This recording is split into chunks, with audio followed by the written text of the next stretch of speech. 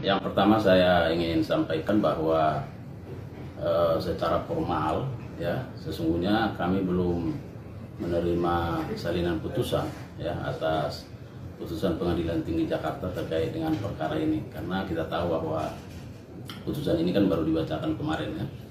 Nah, yang kedua bahwa dari pemberitaan yang kita ikuti juga di media dan kita ikuti pembacaan putusan itu, bahwa tentu kami dari jajaran jaksa penuntut umum yang pertama menyatakan menghormati ya setiap putusan yang sudah disampaikan oleh hakim, khususnya dalam hal ini Hakim Pengadilan Tinggi Jakarta terhadap perkara ini, karena memang bahwa kami melihat bahwa dari putusan yang telah dibacakan sesungguhnya telah mempertimbangkan ya alasan-alasan dari jaksa penuntut umum dalam memori bandingnya ketika jaksa penuntut umum menyatakan banding terhadap perkara ini ya. Mengapa? Karena esensi dari alasan banding penuntut umum ketika itu adalah bahwa putusan pengadilan negeri atau putusan pengadilan tipikor ya belum mempertimbangkan rasa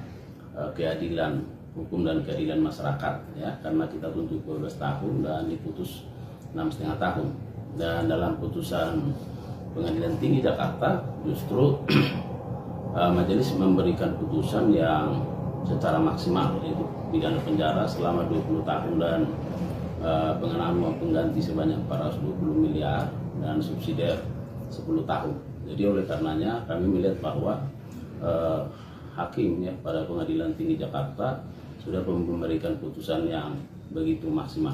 Nah, yang berikut kami juga mau sampaikan bahwa masyarakat harus memahami inilah yang disebut dengan mekanisme persidangan yang harus dihormati ya. Mengapa? Karena bisa saja hakim pada pengadilan tinggi ya sependapat atau tidak sependapat ya dengan apa yang sudah diputuskan oleh hakim di bawahnya ya, misalnya dari pengadilan negeri, oleh pengadilan tinggi dan Mahkamah Agung sebagai pengadilan terakhir ya. Nah, sehingga kita harus memaknai bahwa mekanisme persidangan ini tentu didasarkan pada keyakinan dari hakim bahwa hakim pada Pengadilan Tinggi Jakarta meyakini dan memberikan putusan maksimal terhadap yang bersangkutan. Tentu ini harus menjadi penghormatan terhadap putusan itu sendiri, walaupun Pengadilan Tinggi tentu tidak sependapat barangkali dengan apa yang sudah diputus oleh pengadilan di tingkat bawahnya. Nah, lalu bagaimana ke depannya ya?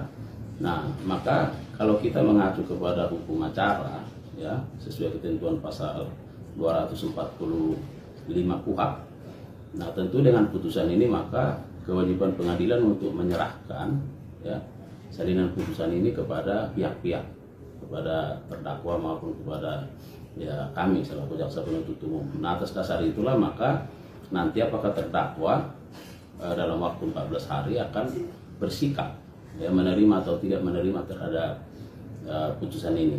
Nah, jika misalnya terdakwa menerima, tentu putusan ini sudah berkekuatan hukum tetap.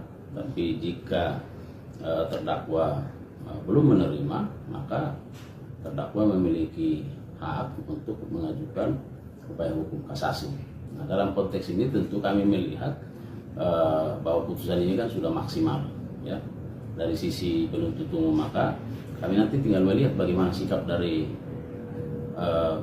terdakwa ya dalam perkara ini, apakah mengajukan upaya hukum atau tidak.